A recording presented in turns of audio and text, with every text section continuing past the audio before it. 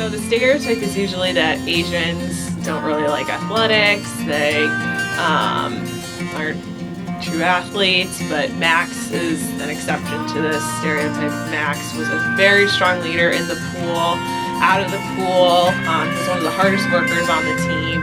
Always thought of the team before himself, swam all his races incredibly, dropped a ton of time at NESCAX, which is very exciting. He has a strong work ethic, always cheering on his teammates, making them go faster, work harder in the pool, is willing to help even outside of the pool with friends, helping them with academics, swimming problems. He was a tremendous captain, and he also loves basketball and is very athletic in other sports, and is just a great athlete and great person. One day, they had a team mandatory dinner.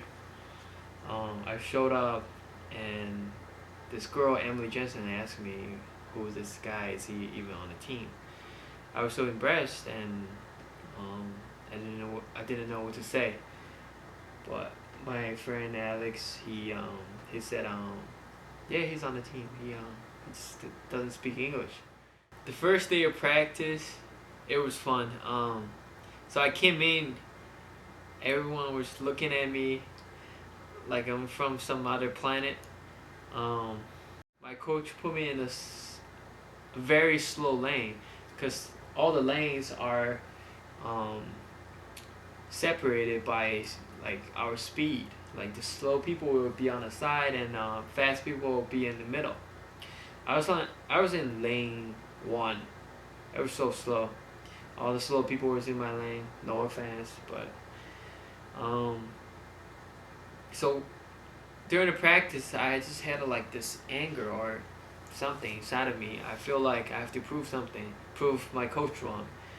We had a test set. It was 450s, and we had 30 seconds between each set, but it's all out, and we're gonna add up the time in the end.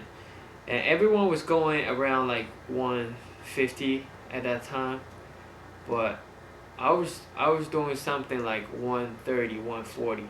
So coach was like, he doesn't even know math. He's like, he add up all the number wrong. I was like, and this other guy, he was the captain that year. He said, "No, coach, I was swimming the same heat with him. He's in front of me like 2 body length all the time, every single 50s." And everyone started looking at me. I was like, yeah. I still remember I won all my games. I won the 200 and 100 breaststroke, won the relay, and I was like named as like the NESCAC performer of the week or something like that. In my first semester, all the schoolwork is so hard for me. I couldn't speak English. I couldn't talk to my professor. I couldn't understand anything in the class. And my freshman seminar, I had this professor Schneider. He's just so nice to me. He knows he's from Russia, and he knows what it's like to be like a foreigner trying to fit in. So he was really nice to me. He gave me he encouraged me all the time, trying to do presentation, even with my broken English, and yeah, he was great help for me. Well, as far as Asian stereotypes, so generally we expect Asian students to be excellent students. We expect them to do their absolute best in their classes. I mean, we expect them to be good at math. We expect them to work hard and just kind of be a dream student. And Max is none of it. So as soon as he came to this country, I mean, I remember seeing him maybe after he's been here for a couple of weeks. So he was extremely confident, well adjusted. It was pretty incredible for someone who's been in the country for just a couple of weeks. Being so well adjusted, so confident, and most importantly, so happy. So always loved to see him in the seminar. I knew if there would be one person happy, it's Max. Now, as far as stereotypes applying to Max, I mean, as I said, it's none of it. So he's not a good student. He never tries his best, though he's very, very bright. Misses classes, which is very, very an Asian thing to do. And there's that, maybe self-absorbed a little bit more than he should, right? Because it is my understanding that in Asian culture, country comes first, an individual comes second. And I guess it doesn't work for Max, or at least that's not how he appears. We also expect, all Asian students to excel in academics, which is not Max again. So he did in college was concentrate on swimming. I know he is an excellent swimmer, so he may be the best swimmer in the history of college. Swimming have been a privilege for me. Swimming in Trinity College is just very special because when I came in, I saw this record board. It was on the right side of the pool. There was no Chinese name on it. I just felt like it's gonna be one of my goals. It's my ultimate goal to swim in Trinity College. Just get a Chinese name on the board, So first year I was injured. My season was over. Didn't do anything special. I felt like second and third season I'll definitely get it. And the third season I was working so hard. I know the record is really, really hard, but I thought I had a chance. I had my shot. So during the NESCAC, I had a chance to swim the 200 breaststroke, and I was in the morning. I did 209.11, and the record at that time was 209.06. I was 0.05 close to the record. I was so mad and I was so disappointed. My whole season was a waste to me at that point because I didn't break the record. I only have the last year as my chance. So I feel like I already gave my 100%. I don't know how to improve myself in that way. I was so frustrated. I started talking to my old coach. I went back to Nanjing City team. That's where I started the whole thing. I started talking to him, my coach Huang Bo. We were talking, and he said, "Why don't you just come train with us?" I was like, "All your kids are like 14 years old." He's like, "It's fine. It's not about swimming. It's not about conditioning. It's about the mind. It's about understand swimming. It's another level." I swam 500,000 yards total in the summer, and it came back. They picked me as the captain because they knew the hard work I put in. They trusted me. I was glad they trusted me. All my teammates gave me the support. They think I will be the right person to lead them through the whole season, through the last season. And things happened. I was training so hard. I was racing with all my teammates. I was every day, once again, just day in, day out. In the morning, at night, I'll always come in, do extra work, all that kind of stuff. And, every meet, I just went my minds off. In the last game, I still didn't get it. I still haven't get it until NASCAC. It was the last championship. I didn't know what to do. I had so much pressure on me because I know this is gonna be the only chance. This is it. This is the last chance on my college career. Not gonna do anything else. After this, it's done. I don't get another chance to do it. So I woke up that morning. I remember that day was the day I swam 200 breaststroke. I woke up that day. In the morning, I just feel so locked in, and I wasn't thinking about anything else but swimming. The whole process was going through my mind, and that day one passed so fast. I went to the pool, warm up, and there you go, 200 breaststroke, man. there you go. That's my thing. All my teammates know how important it is to me. They were cheering me up. I was on the side. I was on the behind the block. I was so concentrated. I wasn't thinking about anything else. It happened. I did. I broke the record by a lot, actually. I did. I did 2:08. I was so surprised. I was just swimming out of my mind.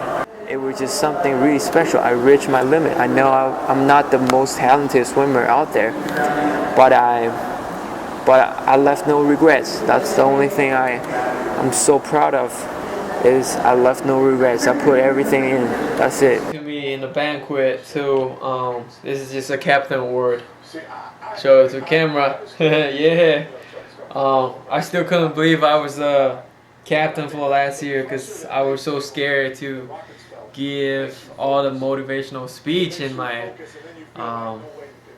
college 3 years. The first 3 years, I was scared to talk. I wasn't that vocal guy, and then I find out I was actually pretty good at it. I started like talking to all the guys to pump them up before the game, all that kind of stuff, you know, just get some people going. You know what I'm saying? Yeah. And yeah, I watch a lot of motivational movie, trying to learn something from that. I just like get some people pumped up, man. Get them perform, go to work. Yo, we got something right here. Is they gave this to me in the banquet. This is pretty nice, right? Yo. They got something on the back. Yo, this is some bonus right here. Let's go. What is this? Oh, it's a picture of me. Damn. Let's show it to the camera. Yeah. I didn't know this. Oh my god, what is this? I got another one. Oh, this is a good one. Yeah, this is the smile of winning, bro. I won 200 free, and they gave this to me. This is the shot when I won it. Yeah. The last home meet, baby. This is what it is, man. All love. No, not today. No, not this. This was like just a photo from Hawaii, man. Oh my god, this has nothing to do with all the award and stuff. Oh, what is this? I never seen this. Oh, it was me with the dolphin, man. They're so cute. I kissed one of them. Yeah, they love me. All love, you know. Good-looking Asian guy, you know what I'm saying? Oh yeah, look at this. This dolphin was enjoying this kiss, man. I gotta say, man. Yeah, special to him. To her, not him. Well, special to her. Yeah, that's what it is, man. I just always loved the game. I figured that my parents picked the wrong sports for me. I feel like I had a lot of talent in basketball than swimming, but I don't know. I'm only 6 feet, so I can't say too much about it.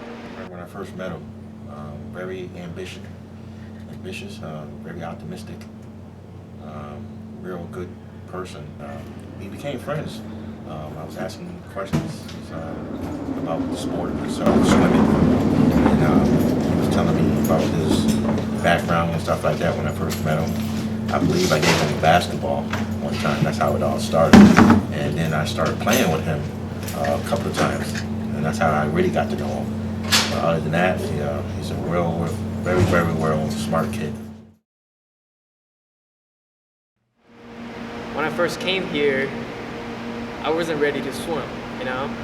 I was like, since I was in high school, I played basketball for 3 years, and I didn't swim in high school. So when I came here, I was recruited for swimming, and I was kind of scared to swim. I didn't want to swim because I didn't know the teammates, I didn't know my coach, I didn't know anybody, and I just feel when I play basketball, it's kind of like a safe place, you know, on the court.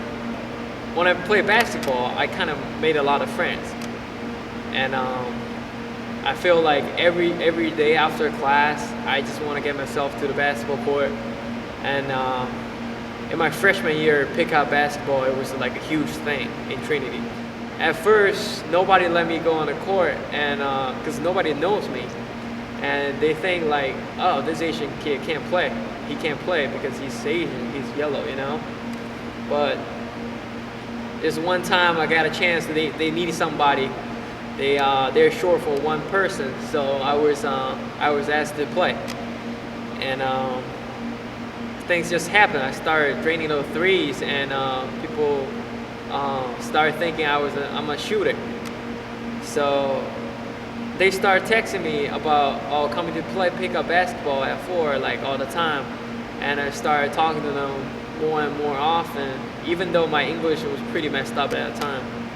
But they were like really friendly to me. So every time I was like, I feel not happy about swimming, about teammates, I feel humiliated, I feel like embarrassed anywhere, or feel like there's too much stress going on in the school. This is just a safe place to express myself and just let go all my feelings, you know. When you play basketball, you're really focused, you know. You don't think about anything else. And when you play, you kind of feel like you can prove yourself in this way. And when you prove yourself, you're good, people really like you, give you compliments and stuff like that. You just feel like there's a lot of value going on in there, you know. You feel good about yourself, you get a confidence back, you know.